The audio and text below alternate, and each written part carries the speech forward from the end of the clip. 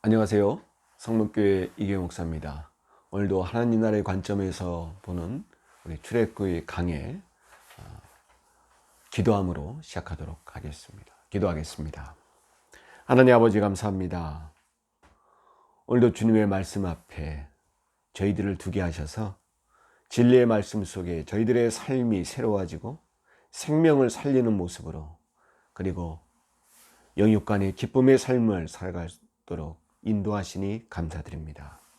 오늘의 모든 하나님이 주시는 지혜로 우리가 새롭게 깨닫게 하여 주셔서 하나님의 뜻, 하나님의 마음을 우리 마음에 심으셔서 주의 뜻대로 살아갈 수 있는 힘을 얻게 하여 주시옵소서. 이 시간 온전히 주님께 믿고 맡기오며 예수님 이름으로 기도하옵나이다. 아멘. 오늘 출애굽기 17장 시작하도록 하겠습니다. 우리가 전 시간에는 만나, 하늘에서 내리는 만나에 관해서 우리가 공부를 했는데요. 굉장히 중요한 부분입니다. 만나의 법칙. 하나님이 하늘에서 양식을 내리는데 그냥 먹는 게 아니에요. 그러니까 여러분, 우리가 성경을 보면 하나님이 하시는 것에는 그냥 하는 게 없다. 우리가 그걸 알아야 됩니다. 그 안에는 하나님의 정신과 하나님의 뜻과, 그리고 우리가 어떻게 신앙인이 살아가야 될 방도가 놓여 있다는 것입니다. 결국 그 길로 가야 우리는 모두는 살 수가 있다는 것이죠. 저는 이 만나의 법칙을 보면서 이게 여러분 먼 옛날 얘기가 아니고 오늘날 이야기가 됐으면 좋겠어요. 진짜 이렇게 살았으면 좋겠습니다. 근데 이렇게 살고자 하는 사람도 모두가 이렇게 안 살잖아요. 그죠? 네. 그러니까 그렇게 살고자 하는 사람도 눈치 보고, 그렇게 살았다가는 뒤처지는 거 아니야?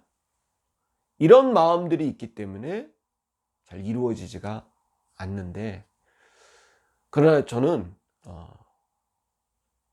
이런 세상이 꼭 올 줄로 믿습니다. 하나님이 그렇게 인도하시는 거예요. 그렇게 만들어 놓으시는 거예요. 왜냐?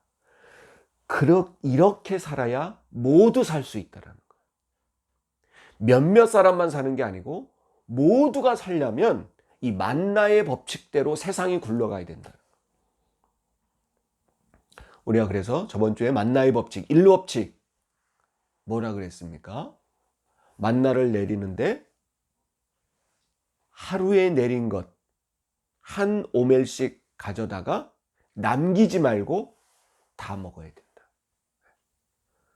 우리가 내일도 먹고 모레도 먹자라고 많이 걷어봤자 어떻게 된다고 그랬어요? 부패하고 썩고 못 먹게 하나님이 만들어 놓으셨다는 거죠. 그러니까 여러분, 만나의 제1법칙은 욕심 부리지 말라. 여러분, 이게 주기도문에도 있죠? 뭐 할 양식을 구하셨어요? 일용할 양식. 이게 만나를 그대로 예수님이 가져오신 거예요. 네, 법칙을. 그 다음에 두 번째는 안식일에 그러니까 첫 번째, 한 사람 앞에 한 오멜씩만 걷어라. 네. 욕심 부리지 말고. 두 번째, 아침까지 그것을 남겨두지 말라. 이게 이 법칙이죠. 3법칙은 여섯째 날에는 갑절로 주겠다. 안식일의 법칙이었습니다. 자, 이 만나의 3법칙을 우리가 여러분 신앙인이 실제 삶 속에서 여러분 지켜나가야 된다. 그러니까 여러분, 하나님의 법은 교회에 관한 법, 뭐 11조, 예배 드리는 거, 뭐 그런 게 있죠. 교회 안에서의 사역. 보통 교회 테두리 안에서 이루어지는 일들. 그게 하나님은 성전에서의 법, 제사장법, 뭐 그런 거 부류로 만들어 놓으신 게 있어요. 근데 여러분, 하나님은 또 우리 실제 삶 속에서 살아가야 될 법칙들도 많이 만들어 놓으셨어요. 근데 우리 한국교회는 이 성전에 관한 법은 굉장히 발달되어 있어. 사람들도 많이 알고 교육도 많이 시켜요.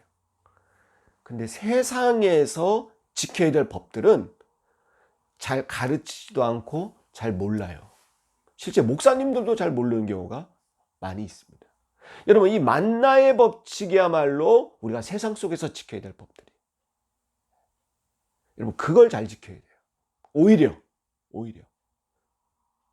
잘 지켜가지고 빛과 소금의 역할을 감당해야 됩니다. 근데 여러분, 이 만나의 법칙을 백성들이 잘 지켰나요? 잘 안 지켰어요. 욕심껏 걷다가 아침까지 남겨뒀지만 하나님이 다 썩게 만들었고요. 일곱째 날도, 안식일 날도 아침에 걷어가려고 가보니까 내렸어요, 안 내렸어요? 만나를 내리지 않으셨어요. 그러니까 순종하지 않는 백성들이 이제 나오기 시작하는 거예요. 하나님이 이런 법을 만들었다. 근데 순종하지 않은 겁니다. 인간 내의 죄된 본성과 이제 부딪히기 시작하는 거예요. 하나님의 법과 본성이. 그런데 여러분, 하나님의 법대로 하면 오히려 더 편해요. 그래서 여러분, 예수님이 뭐라고 그러셨죠? 내 짐은 어렵다, 쉽다. 쉽고 가벼우니 내게로 와라. 내 짐은 가볍고 쉽다라 그랬어요. 근데 그 구절, 예수님 말씀하는 구절을 많은 사람들이 이해를 못해. 아니, 예수님이 하시면 너무 어려운 거 아니야? 여러분, 어려운 게 아니고 어렵게 만드는 내가 있을 뿐이에요. 내 욕심이, 내 믿음 없음이 어렵게 만드는 거예요. 여러분, 얼마나 좋아요. 그냥 더도 말고 덜도 말고 한 오멜씩만 걷는 거야. 막 사람들 눈치 보면서 더 거둘 일도 없잖아. 그게 더 힘들죠. 왜 그렇게 어렵게 살아요? 내일 또 내릴까 의심하고 믿음이 없으니까 어렵게 사는 거예요. 믿음이 있으면, 모두가 이 하나님의 뜻대로 살고자 하면 어려울 게 없어. 그리고 오히려 일곱째 날에는 거둘 필요가 있어요, 없어요? 없어요. 근데 믿음 없는 사람은 일곱째 날도 나가, 기어코 나가. 밤잠 잠 안 자고. 왜 그렇게 힘들게 살아? 믿음이 없으니까 이제. 믿음이 없으니까. 그래서 예수님이 그런 의미에서 내 멍에를 메고 배우라. 내 짐은 쉽고 가벼우니. 그러신 거예요. 하나님이 짐이 가벼운 거예요, 오히려. 세상의 짐은 무거운 거예요.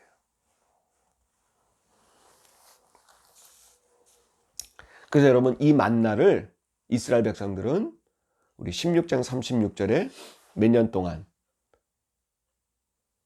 40년 동안 만나를 먹었습니다. 어디 들어갈 때까지? 가나안에 들어갈 때까지. 40년. 그리고 앞에 33절 보니까 모세가 아론에게 이르되 항아리를 가져다가 그 속에 만나 한 오멜을 담아 여호와 앞에 두어 너희 대대로 뭐하라? 간수하라. 그거 한 오멜 한 사람 먹을 분량 가져다 뭐 하려고? 먹으려 그런 게 아니고 후손들에게 이렇게 하나님이 매일매일 만나를 내리셔서 먹이셨다는 것을 기념하기 위해 갖고 있으라는 거죠. 그래서 간수하라. 여러분, 하나님이 중요하다고 생각하니까 간수한 겁니다. 여러분, 우리 만나의 법칙대로 삽시다. 욕심 부리지 말고, 어렵게 살지 말고, 만나의 법칙, 믿음의 법칙으로 살면 그게 더 쉽고 그게 모두가 사는 길임을 우리가 알 수 있습니다.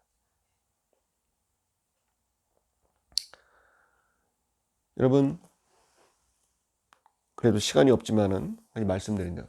이번에 노벨 평화상 세계 식량기구가 받았습니다. 노벨 평화상을. 근데 세계 식량기구가 발표한 게 있어요. 뭔지 아십니까? 우리가 70억 인구인데요. 45억 명이 매일매일 굶주림에 시달립니다. 70억 인구 중에 45억이 매일 한 끼만 먹고 살아요. 놀랍지 않습니까? 그러니까 다이어트를 하려고 한 끼 먹는 게 아니고 진짜 식량이 없어서. 그리고 그 45억 중에 여러분 20억은 극심한 영양실조. 더 돌보지 않으면 못 먹어서 죽는 지경에 지금 처해 있다고 합니다. 근데 더 놀라운 사실을 말씀드릴게요. 그러니까 45억이 매일매일 한 끼 굶주림에 시달립니다. 그럼 나머지가 몇 명이에요? 25억이죠. 이 25억 명이 매일 얼마어치의 식량을 소비하는 줄 아십니까? 50억 분을 소비하고 있습니다. 50명이 먹어도 남을 만한 영양분과 식량을 소비하고 있고요. 먹고요. 더 놀라운 사실을 말씀드릴게요. 20억 명분의 음식 쓰레기를 버립니다. 25억 명이 매일 50억 명분을 먹고 그리고 20억 명이 먹을 거를 매일 버리고 있어요.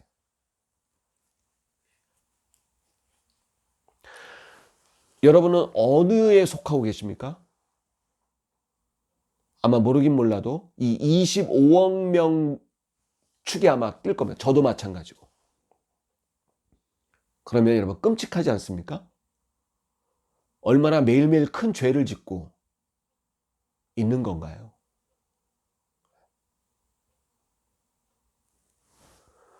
우리가 신앙인들은요, 그렇게 생각을 해야 됩니다.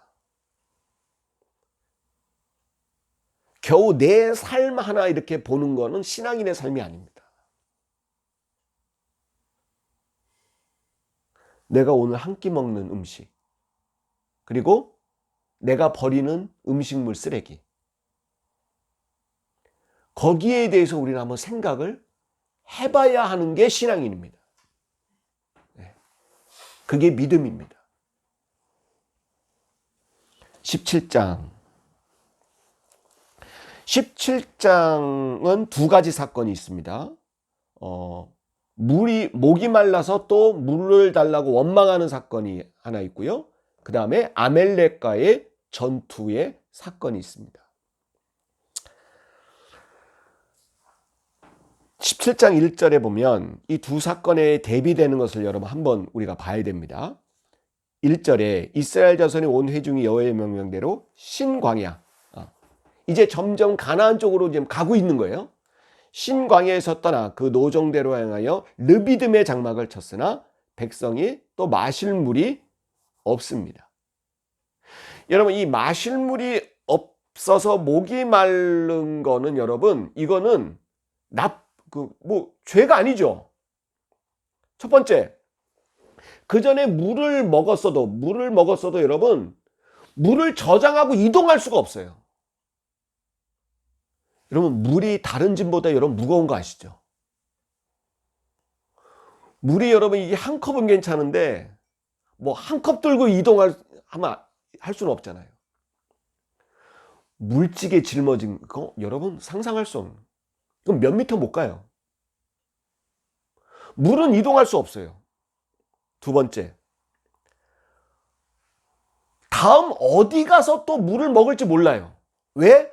사막지대, 광야니까, 날씨는 건조하니까. 비가 자주 내리면 빗물이라도 받아서 먹는다고 치지만 그럴 수 없어요. 늘 식순환에 처해 있는 환경임은 여러분, 이거는 이스라엘 백성을 탓할 수는 없어요. 근데 여러분, 하나님이 보시는 거는 뭡니까? 원망이죠. 원망.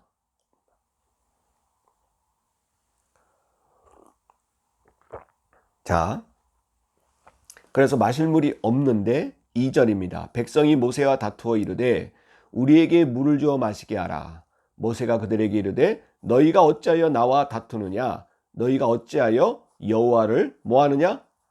시험하느냐? 그랬습니다. 또 백성이 모세한테 야, 우리한테 물을 달라. 그리고 나서 너희가 어찌하여 나한테, 이 모세한테 원망과 불평을 쏟아내는 결국 누구를 시험하는 일입니까? 너희가 어찌하여 여호와를 뭐하느냐? 시험하느냐. 그래서 여러분 시험에 동그라미 치고 3절 거기서 백성이 목이 말라 물을 찾으며 그들이 모세에게 대하여 뭐 했어요? 원망. 원망의 동그라미. 이 원망과 시험은 여러분 늘 붙어 다닌다 그랬죠, 제가. 그래서 하나님이 모세가 하나님 또 이들이 이렇게 원망합니다.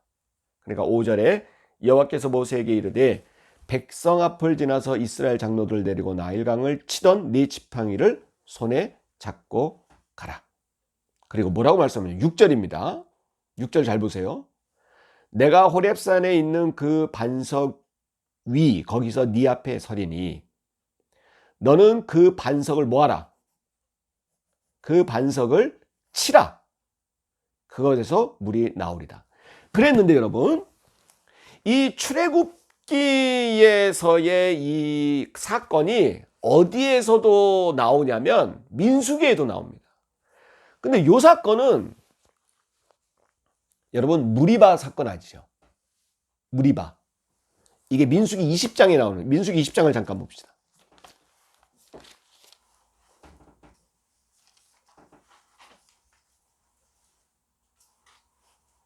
민수기 20장 사건하고 동일한 사건입니다. 근데 내용이 좀 달라요. 내용이 뭐냐면은 지금 이 사건은 하나님이 어떻게 하라 그랬어요? 지팡이로 바위를 뭐하라? 치라. 그럼 물이 나온다 그랬어요. 근데 이 민수기에 나오는 이 사건은 동일한 사건인데 하나님 뭐라 그러냐면 말씀으로 명하라 그랬어요. 물이 나오라 라고 말씀으로 명하면, 그러니까 지팡이를 들고 말로 명하라 그랬어요. 근데 모세가 열이 받아가지고 이 백성들한테 계속 자기를 원망하고 비방하는 백성들에게 너무 화가 나가지고 지팡이로 바위를 2번 쳤어요. 물은 나왔어요. 근데 이 민수기 사건은 모세가 하나님 말씀을 거역한 사건으로 변질됩니다. 변화돼요. 상황이 바뀌어요. 그래서 하나님의 영광을 드러내지 않았다라고 그래가지고 모세가 가나안 땅에 들어갑니까? 못 들어갑니까? 못 들어가는 빌미가 되는 사건이 됩니다. 근데 이 출애굽기에는 그런 게 없어요. 오히려 하나님이 말씀하신 게 달라요. 이 민수기 사건하고 출애굽기 사건하고. 그럼 목사님 왜 그러죠? 왜 성경이 동일한 사건을 다르게 기사를 전합니까? 여러분, 제가 옛날에 성경 공부할 때 한번 말씀드리겠는데 당연합니다. 쓴 사람이 다릅니다. 이 기사를 쓴 사람하고 목격한 사람들하고 이것을 쓴 시기들이 다 달라요. 그래서 성경은 이 사람이 쓴 것과 저 사람이 쓴 것들이 전승돼 오다가 편집된 거예요.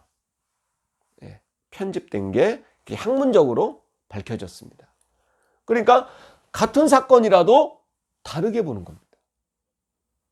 여러분 신약에서도 그런 게 나와요. 예수님의 사건도 마태복음 사건하고 누가복음 사건이 다르게 나오는 경우도 있고, 오병이어 5,000명이 먹고도 남는 사건이 있지만 4,000명이 먹고도 남는 사건, 7,000명이 먹고도 남는 사건, 그렇게 다르게 기사가 전달될 수 있어요. 동일한 사건인데도 그것은 여러분 쓴 사람, 목격한 사람, 내가 그 사건을 목격한 거하고 이 사람이 그 사건을 목격한 거하고 이야기가 똑같을 수 있을까요? 다를 수 있을까요? 다를 수 있는 거죠. 그래서 내가 그 사건을 보고 야, 그랬대, 이랬대, 저랬대 하면서 이야기가 전승되는 게 있고, 이 사람이 보고 전승된 것들이 있어요. 그걸 후대에 또 다른 사람들이 편집해서 글자를 써서 성경책에 집어넣는 과정이 또 있어요. 거기서 또 달라지고. 그래서 큰 틀은 변하지는 않습니다. 그런데 내용들이 다를 수 있다. 왜 성경이 이 얘기 다르고 저 얘기 다르지? 그렇게 뭐 의심하거나 시험 받을 필요는 없어요. 전승되어 온 것이다. 전승 편집되어 온 것이다. 그렇게 이해하시면 됩니다. 뭘 더 중요하게 본 것인가? 그렇게 보면 되는 거예요. 민수기의 이 바위친 사건은, 민수기의 사건은 모세에 순종하지 않음에 포커스를 맞춘 거예요. 모세일지라도 순종하지 않으면 하나님이 어떻게 하신다? 모세 쪽에 포커스를 맞췄고, 이 출애굽기는 원망하는 백성들의 포커스를 맞춘 거예요. 그러니까 어디를 중점적으로 받느냐에 따라서 이야기가 다른 시각, 다른 각도로 전달됩니다. 그래서 왜 그러냐? 아까도 말씀드렸지만 성경의 이야기는 전승과 편집의 과정을 쓴 거라는 거죠. 자, 그래서 이곳 이름을 뭐라고 됐습니까? 7절에 마사 또는 무리바. 그 이름을 마사 또는 무리바. 이게 바로 이스라엘 자손들이 다투었다. 싸웠다. 모세와 하나님과 다퉜다라는 의미를 가집니다. 이게 무리바 사건이죠. 무리바 사건. 출애굽에도 있고 민수기에도 있다는 것. 우리가 알고요. 그 다음 이 8절부터 16절은 아말렉과 싸우는 이야기인데, 여러분 이 사건 제가 얼마 전에 설교로도 한 것 같은데요. 뭡니까? 모세가 손을 올리면 전쟁에서 뭐하고? 이기고. 이게 노인네가 힘이 들어서 손을 아이고 힘들어하고 손을 내리면 지고. 이걸 쳐다보니까 이게 반복적 규칙이 생긴 거야. 모세가 손을 들면 이기는 것 같고 내리면 지요. 그래서 누가? 아론과 누구죠? 훌. 아론과 훌이 양쪽 모세의 손을 받쳐서 올리죠. 올려서 계속 올림으로써 아말렉에서 이기는 그러한 사건입니다. 그래도 구절 하나 볼까요? 17장 11절. 모세가 손을 들면 이스라엘이 이기고 손을 내리면 아말렉이 이기더니. 12절. 모세의 팔이 피곤함에 그들이 돌을 가져다가 모세의 아래에 놓고 앉으라는 거죠. 의자, 돌의자. 그리고 그가 그 위에 앉게 하고 아론과 홀이 한 사람은 이쪽에서 한 사람은 저쪽에서 모세의 손을 붙들어 올렸더니 그 손이 해가 지도록 내려오지 아니한지라 그랬습니다. 여러분, 많은 목사님과 학자들은 이 사건 보고 교회 지도자의 손을 받치고 있으면 돕고 바치라. 물론 여러분 그런 교훈도 전해질 수 있습니다. 근데 여러분 이 사건은 17장은 의도된 편집인 거예요. 무슨 얘기냐? 무리바 사건하고 이 아말렉 사건을 대비시켜 놓은 겁니다. 상반되게 대비시켜 놓음으로써 교훈을 더 선명하게 받게끔 하는 겁니다. 무슨 얘기냐? 무리바 사건은 여러분 하나님이 나에게 맞추라는 사건입니다. 하나님이 나한테 좀 맞춰. 내가 목마르면 뭘 주고? 물 주고. 배고프면 뭘 주고? 밥 주고. 아프면 뭐 해주고? 낫게 해주고. 내 필요를 채워야 내가 따르겠다라는 인간의 모습을 보여주는 거예요. 근데 이 아말렉 사건은 내가 하나님께 맞추자라고 하는 겁니다. 하나님이 나에게 맞추라는 게 아니고 내가 누구께? 하나님께. 자, 하나님은 모세의 손이 올라가면 이기게 하는 거고 내리면 뭐 하는 거예요? 지는 거예요. 근데 전에 같으면 하나님 좀 계속 이기게 해봐. 그리고 모세한테는 우리 지도자면 네가 무슨 손이 피곤해? 계속 올리고 있어. 그래야 우리가 이기잖아. 이랬을 거예요. 아말렉을 이기게 해주는 하나님의 그거에 맞추고 우리가 생각하는 그 욕구를 충족해 주는 것으로만 하는 인간의 모습, 신앙인의 모습. 근데 여러분 어때요? 야, 모세의 손이 피곤한가 봐. 우리가 뭐 하자? 올리자. 내가 하나님께 맞추는 거예요. 그래서 돌을 가져다가 모세의 손을 받치는 수고를 다 하는 거예요.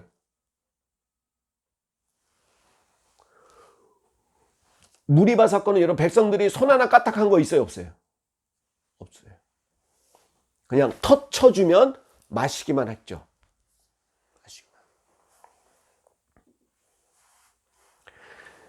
이 기사를 편집한 사람의 의도는 각주로 이 교훈은 뭡니다. 쓸 수는 없잖아요. 성경책에.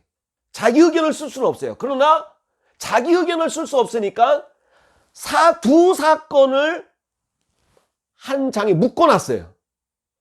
비교해보라고. 우리 보고. 그 의도인 거죠. 여러분 목회자가 좀 이런 걸 볼 수 있어야 되는데. 네. 그걸 보는 거죠. 그러니까 17장은 딱 두 사건입니다. 무리바 사건과 아말렉 사건. 이걸 보고요.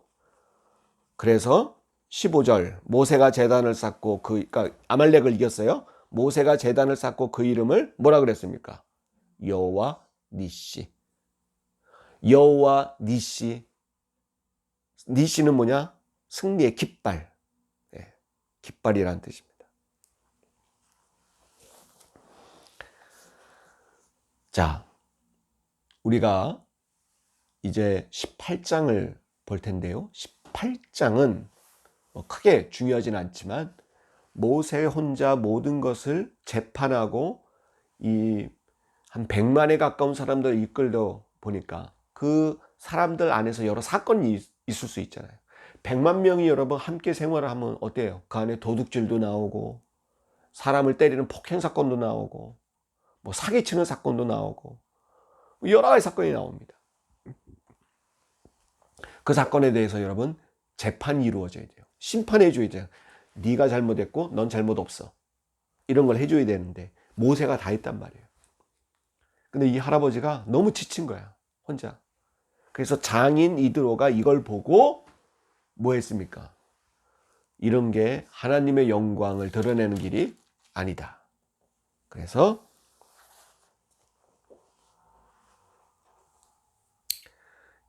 18장 22절.